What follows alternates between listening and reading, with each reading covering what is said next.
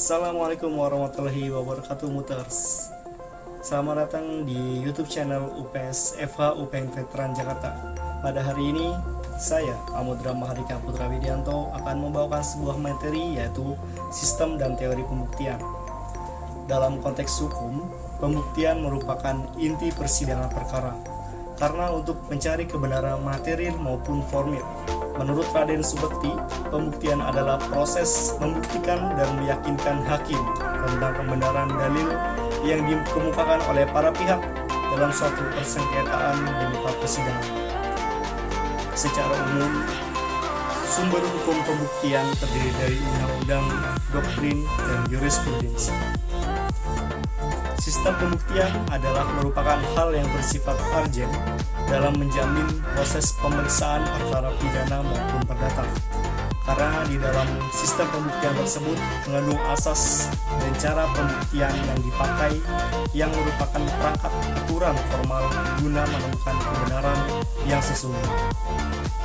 Dalam teori pembuktian acara pidana terdapat hal-hal yang tidak perlu dibuktikan, hal-hal atau keadaan yang telah diakui. Yang kedua, ada hal-hal atau keadaan yang tidak dapat disangkal. Yang ketiga adalah hal-hal keadaan yang telah diketahui oleh khalayak ramai atau notoire faiten atau fakta notoire, atau hal-hal secara kebetulan telah diakui oleh hakim.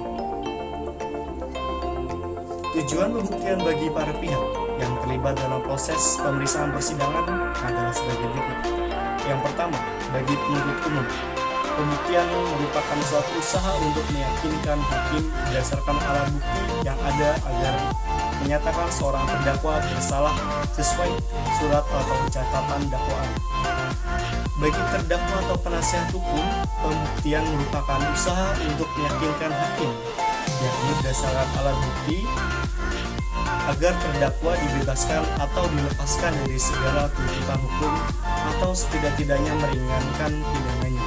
Untuk itu, terdakwa atau penasihat hukum jika memungkinkan mengajukan alat-alat bukti yang menimbulkan atau meringankan si terdakwa. Bagi hakim sendiri, dengan adanya alat bukti dalam persidangan baik berasal dari penuntut umum ataupun penasihat hukum atau terdakwa, dibuat dasar untuk membuat keputusan dalam suatu perkara tersebut. Teori dalam sistem pembuktian dalam pidana adalah sebagai berikut. Yang pertama, sistem atau teori berdasarkan undang-undang secara positif atau positif Wetelic Bevis Theory atau objektif murni. Sistem pembuktian positif merujuk dalam kebenaran formal. Yang kedua, ada sistem atau teori pembuktian berdasarkan keyakinan hakim saja atau conviction in type, atau dapat dikenal subjektif murni. Pembuktian untuk menentukan salah atau tidaknya terdakwa ditentukan oleh penilaian keyakinan hakim dan tidak terikat oleh macam-macam alat bukti yang ada. Yang ketiga, ada sistem atau teori pembuktian berdasarkan keyakinan hakim atas alasan yang logis atau ada conviction reasoning, atau yang dikenal dengan pembuktian yang bebas. Hakim tetap memegang peranan penting dalam menentukan salah tidaknya terdakwa, tetapi pada sistem ini faktor keyakinan hakim dibatasi. Keyakinan hakim harus mendukung dengan alasan-alasan yang jelas. Yang keempat, sistem teori pembuktian berdasarkan undang-undang secara negatif atau negatif Wetelic Bevis Theory. Rumusan dari sistem pembuktian ini adalah salah atau tidaknya seseorang terdakwa ditentukan oleh keyakinan hakim berdasarkan kepada cara dan alat-alat bukti yang menurut undang-undang telah diatur. Hakim hanya boleh menjatuhkan pidana terhadap terdakwa apabila alat bukti yang ditentukan oleh undang-undang dan adanya keyakinan hakim terhadap hubungan kausa atau sebab akibat alat-alat bukti dengan peristiwa pidana benar terjadi dan terdakwalah yang bersalah.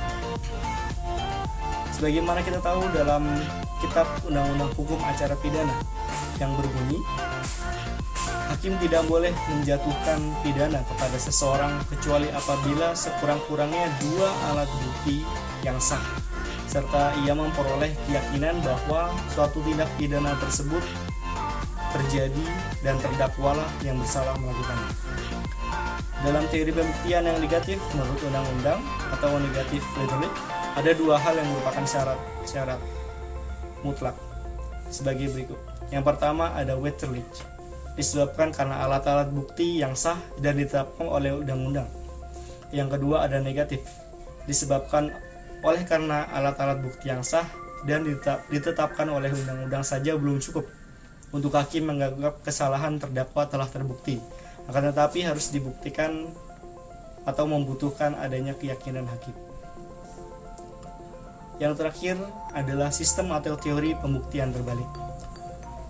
Undang-Undang Republik Indonesia tentang Pemberantasan Tindak Pidana Korupsi dan Undang-Undang Nomor 8 Tahun 2010 tentang Pencegahan dan Pemberantasan Tindak Pidana Pencucian Uang telah mengakomodir adanya pembuktian terbalik.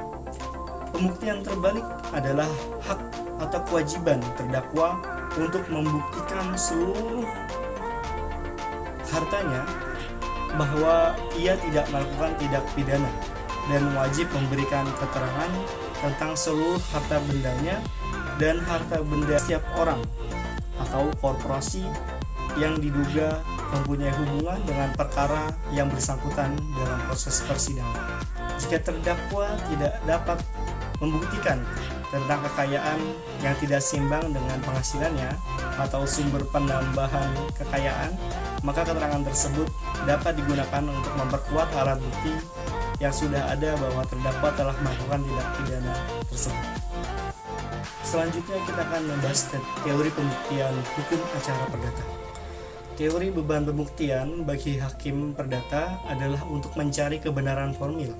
Artinya, hakim tidak boleh melampaui batas yang diajukan oleh para pihak yang berperkara dengan membuktikan dengan preponderance of evidence. Hal-hal yang dibuktikan oleh pihak yang berperkara perdata bukanlah hukumnya, melainkan peristiwa atau hubungan hukum. Dalam perkara perdata, hakim harus melakukan pengkajian terhadap peristiwa-peristiwa yang disampaikan pihak berperkara, kemudian memisahkan mana peristiwa yang penting atau relevan dan mana yang tidak relevan atau tidak penting. Peristiwa yang penting itulah yang harus dibuktikan, sedangkan peristiwa yang tidak penting tidak perlu dibuktikan.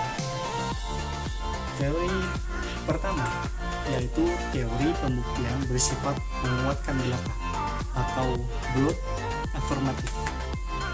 Orang-orang mempunyai hak harus membuktikan hak tersebut, bukan mengingkari atau menyangkalnya. Yang kedua ada teori hukum subjektif. Menurut teori ini, perdata merupakan pelaksanaan hukum subjektif atau mempertahankan hukum subjektif. Yang ketiga ada teori hukum objektif, yaitu dengan mengajukan tuntutan hak atau gugatan berarti penggugat meminta kepada hakim menerapkan ketentuan hukum objektif atau bisa dibilang hukum di luar undang-undang secara objektif terhadap peristiwa yang diajukan. Teori hukum publik. Mencari kebenaran suatu peristiwa dalam peradilan merupakan kepentingan publik. Oleh karena itu, hakim diberi kewenangan lebih besar untuk mencari kebenaran. Para pihak tetap berkewajiban membuktikan yang bersifat hukum publik. Terakhir adalah teori hukum acara. Menerapkan asas audi et alteram atau asas pembagian beban pembuktian adalah kedudukan prosesual yang sama daripada para pihak di muka hakim. Demikian materi yang dapat saya sampaikan. Saya Mudra Mardika Putra Widianto undur diri. Assalamualaikum warahmatullahi wabarakatuh.